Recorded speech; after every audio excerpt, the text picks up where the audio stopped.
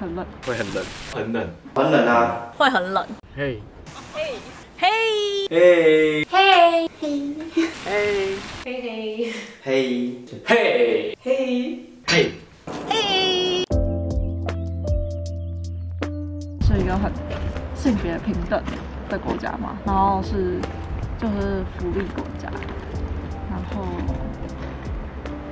很冷，maybe。因为我是1月来的，所以在我的预期里面就觉得应该会是一个冰天雪地的地方。然后，如果是对于瑞典生活的就人们的想象的话，就感觉是他们因为他们就是很以他们的福利国家著称嘛，就觉得好像这里的人都过得很快乐，然后他们的各项社会福利也都很完善啊什么的。来这边之前其实没有太多想象，但是就觉得应该会认识很多外国人，然后会很冷，然后感觉就是来这边跟大家交流吧，跟很多外国人。来瑞典想象就是可能是蛮先进的城市，然后很冷。没什么想象，只知道离开台湾，然后需要准备蛮多东西的。那时候就是想说来了就来，反正人很多，师大帮嘛，人多嘛，不用怕，来就对了。It was different for me. Actually, like I was really afraid of being here because I haven't lived in another country other than like Korea. So like speaking in English every time and all day is a kind of challenging things for me. Yeah, so I was afraid of like whether I can speak and making friends in English and like being here for a year. Well, yeah, so I was really worried and kind of afraid.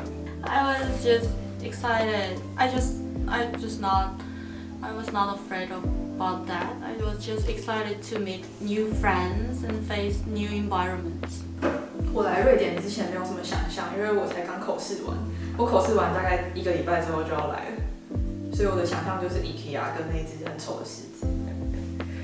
有哦，要讲很久吗？可以讲。没有，我的想象就那个时候我很喜欢斯德哥尔摩，就这样，那就是也可能缘分嘛，就认识我老公，然后就来乌普萨拉，然后刚来乌普萨拉住的时候，我都很羡慕哇，住在斯德哥尔摩的台湾朋友。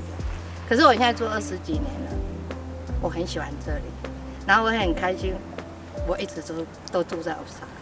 最重要是我认识很多台湾来的留学生。我其实还好我就想到一个酷地方。我原本其实要去比利时或法国，就是离我姐比较近的地方。然后后来就填志愿之前，我就觉得要做一点酷事情，然后就是填志愿前一天晚上，然后就突然改瑞典了。哦，很冷啊，很冷哦，很冷，然后大自然啊，就想象中会更冷一点，其实好像没有，有可能今年我也不确定。我觉得就是会很冷，然后我觉得人应该都会蛮友善的，然后也觉得生活应该会跟想象一样就是什么福利很好啊，很干净啊，然后什么什么的，大概是这样。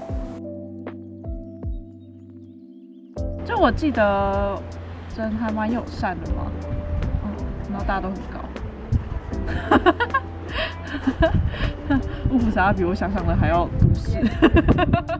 夏天其实还蛮舒服的，太阳啊，然后日照也都还不错。夏天，但是冬天确实没有很舒服，又黑又冷。印象很深刻，我在飞机上快要降落阿兰达机场的时候，就往窗户外面看，然后就觉得好森林哦。就是因为瑞典它的国土面积很大，然后人又不多，大家住得非常分散，然后就有很多的森林。然后我刚好来的那几天都没有下雪，所以我就透过那个窗户看到外面的景色，就是一片有点冬天的森林的那种感觉，所以我对瑞典的第一印象就是好森林，很干净。然后那时候是夏天，大概8月份来的，所以原本预期很冷，但是来的时候那时候真的有够热，大概就是你可以穿短袖短裤没有问题，所以就那时候刚来的时候真的是很开心，就是整个心情上都是非常好的。然后就因为太阳那时候也很多，然后就有很多新的人事物，然后也有新的室友们，所以对瑞典的第一印象是很好，真的很冷。好，我现在你这样问我只记得我刚来没多久我就中了，然后我就他妈人那时候刚来，大家刚来嘛，才刚要认识，然后我每天就这样戴个口罩，然后去厨房，然后肚丢了还不熟，就哦嘿 hello， 然后又走回去，然后那时候刚好有一天是 Jenna 生日，然后他们好像在帮她庆生，然后我就像那时候就是还在中，然后就默默走过去，打开冰箱，然后啊看怎么那么多人，好像要打个招呼嘛，然后他们就啊hello， 然后我就拿着我赶快跑，我只觉得这样。Clean air， clean air。IKEA and nature， green。第一印象是人很少，我不知道是不是因为我们来乌普萨拉，然后乌普萨拉给我的感觉就是比台湾的最乡村的地方还要人少的那种感觉。对，然后我记得我第一次来乌普萨拉的时候，真的觉得人超级少，因为我住台北，然后住市中心，所以我觉得哇，这里的人太少了。然后我记得那时候我是疫情来的，然后我妈就跟我说，哦，你不要跟人家太近啊，要戴口罩，要保持距离呀。然后我就说，我放眼望去，旁边没有任何一个人，我碰不到人。然后我记得我后来隔2天去斯德哥尔摩，我就想说，首都应该会蛮多人吧，然后发现，人大概比花莲还少吧。那我就觉得，哇，真的是完全不一样的地方。对，所以我觉得这是印象最深刻的不一样。我觉得就很像花莲，我好像那时候坐你旁边，然后我好像跟你说你像花莲，然后我记得那时候你好像说这边很适合骑脚踏车哎，我也这样觉得，蛮安静的。对啊，人这都是金头发，眼睛蛮蓝的。还有什么别？我觉得宿舍还不错，还蛮大的吧。而且我觉得机场很有 IKEA 感。就是我不知道就是厕所门很厚实，真的啦，很有 IKEA 感。哦，空间很赞啊，地广人稀，就很大自然啊，有点乡下的感觉。那毕竟弗罗斯塔就是一个乡下嘛。好像就是像大家觉得，就是他们的生活都不太需要担心，结果我发现大家担心的东西还是很多啦，就是没有想象中那么美好。我刚来，我看到这边的火车站，我感觉很像集集车站，所以我就爱上这里。就是我们比如说要讨论作业，然后他们可能会约说9点到10点之间，然后大家可能会零零散散的9点半10点，然后甚至会有人12点到。但大家就是其他组员也丝毫不在意这件事，或者是有些组员就甚至不会出现讨论，但大家也不在意。我觉得就是不出现或者是迟到都没有到那么不合常理。但我觉得最酷的事情是大家都不在意，就是大家就是很随意，然后他们也不会约一个很精确的时间，也不会说我们几个小时之内要完成，大家就是很 chill 的这样跑。然后那时候觉得就这整件事情很酷。上课也合作到一些不同国家的人，然后听到不同很多奇怪的口音的英文。就是在这里，不管你看起来怎么样，看起来是不是瑞典人，看起来长得像亚洲脸孔，或是就是来自各个国家的人，就他们开口第一句话都还是跟你讲瑞典文。我觉得这是蛮酷的事情，就是面对每一个人，他开口一定都是先讲瑞典文，但是如果你用英文回答他，他们也不会觉得说就不太想跟你讲英文或什么之类的，就他们英文都很好，然后也很愿意用英文跟你沟通，但就是见面第一句话一定是瑞典文，这件事情我觉得还蛮酷的。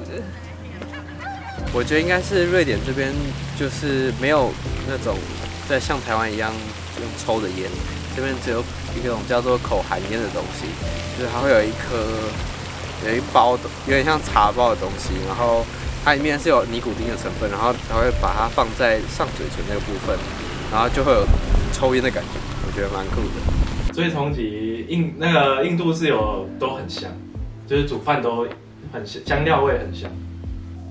A lot of microwaves in library. Oh yeah. Oh yeah. Oh, I In forgot. Economicum. And you can take a test for like 5 hours if you want. Oh yeah, Or that's 6 also hours. amazing. Yeah. And also they have an exam hall. We just take exam. Just for the exam. Different.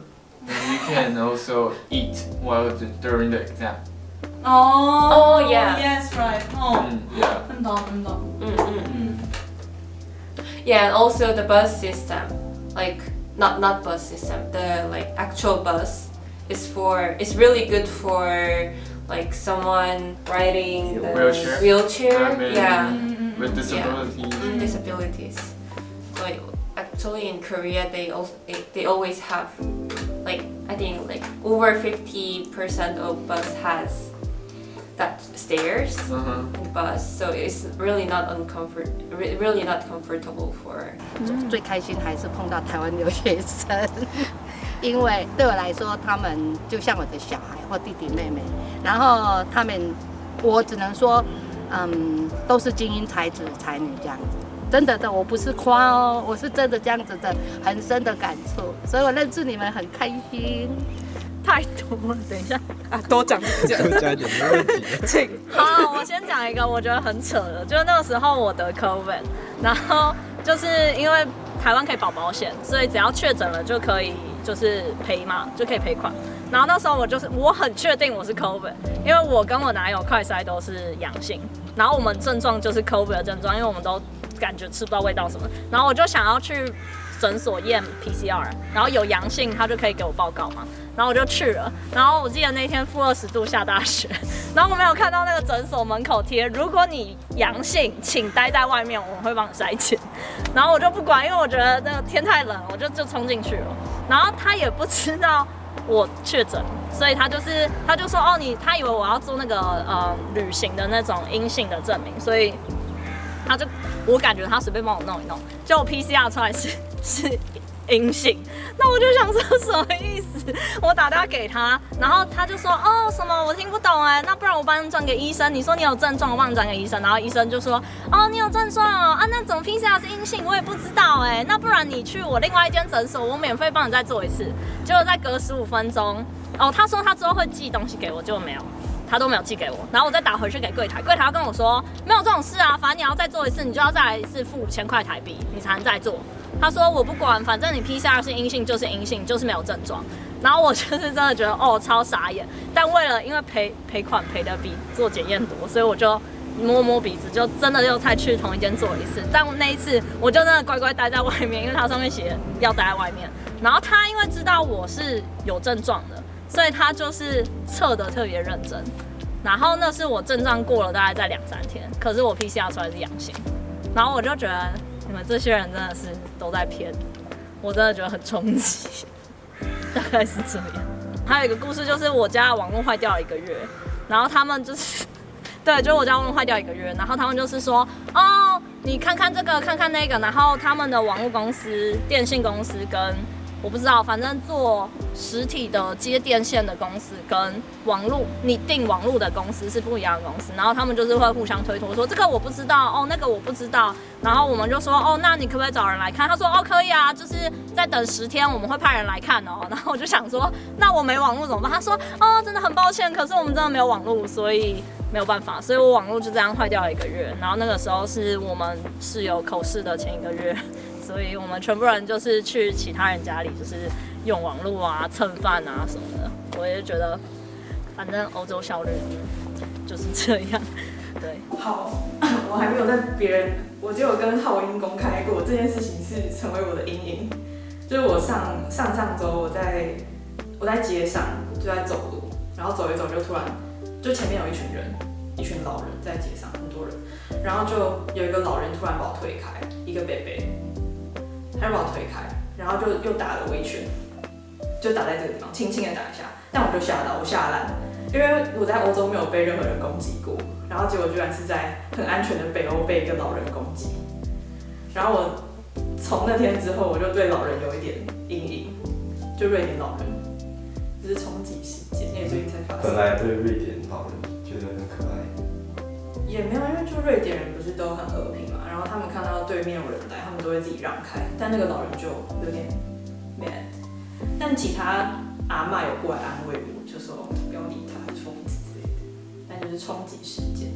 哦，那个应该算吧，就是我们 corridor 都会有一个 party， 就是 corridor crowd， 就是每个房间准备一种酒，然后大家可以到每个人的房间去逛逛。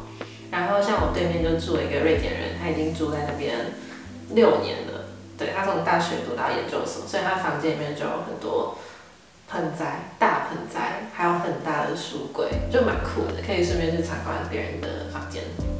对，应该还蛮酷的。冲击，我觉得啊，那个啊，鲱鱼罐头啊，错哎，错到不行，我觉得错到不行。其他我觉得还好，我觉得瑞典人比想象中友善。看医生，反正就对我那时候想要拿一款药，反正就是有一些管，就是有点像管制药的东西，因为我那时候没有带全部的1年份的药来瑞典，所以我那时候就想说我要去看医生，拿个药。应该 easy 吧，毕竟这个台湾你可能1天就办得到的事情，付个钱健保用一用。结果那时候我好像，反正我那时候就去问承办员，然后他就叫我打1177，然后就1177打过去又很难沟通，因为我觉得他们的那个人的英文没有很好，然后后来打1177发现也没有用，所以我后来跑去问那个 Health Center， 就是附近的家医中心。我一开始直接去现场问哦，然后我去现场，他就跟我说，哦不好意思哦，我们不能现场预约哦，我们全都要那个一大早预约，所以我隔天就自然就是要自然醒才打电话过去，可能10点多打过去，就10点多打过去，他们就不接了，应该就是当天的那个电话量可能就已经达到他们的那个上限，所以他们当天就不会再接任何电话，所以你要再等1天。所以我隔天早上可能8点我就毛起来打电话，他就会大概问你说你有什么症状啊、病之类的，我就大概描述一下我的症状，然后最后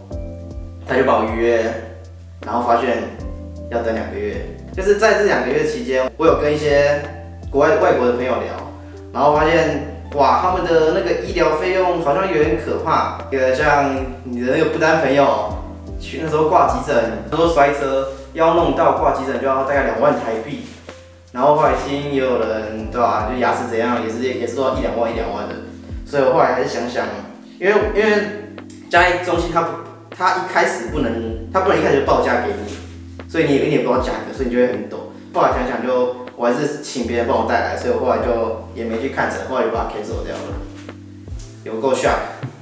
冬天公车很有意思，就是很多人冬天不骑脚踏车，然后有一次脚踏车冬天刚好坏掉，然后就想说。难得没有搭过公车，就早上一大早还没8点就去学校，结果搭那班，我平常会搭，我一搭那班公车出事，它卡在一个圆环，我等下来学，我就从此就不搭公车了，我就平常靠自己骑脚踏车上学。那天刚好暴风雪，那天我觉得雪很大，但是也没有暴风雪，不过就是很好巧不巧，它就是刚好被圆环，因为它2节，它屁股很长，过了圆环，它可能快过的时候过不去，然后它就可能太贪心吧，然后就倒车就卡在雪里面，然后就往前的时候，他就发现它卡住了，所以他那天就下班了。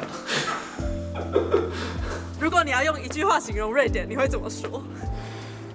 又黑又冷的鬼地方。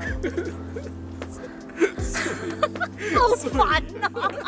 不要剪进去啊！这里哦，我都说这里是山顶洞人住的地方。这样进去，这样进去。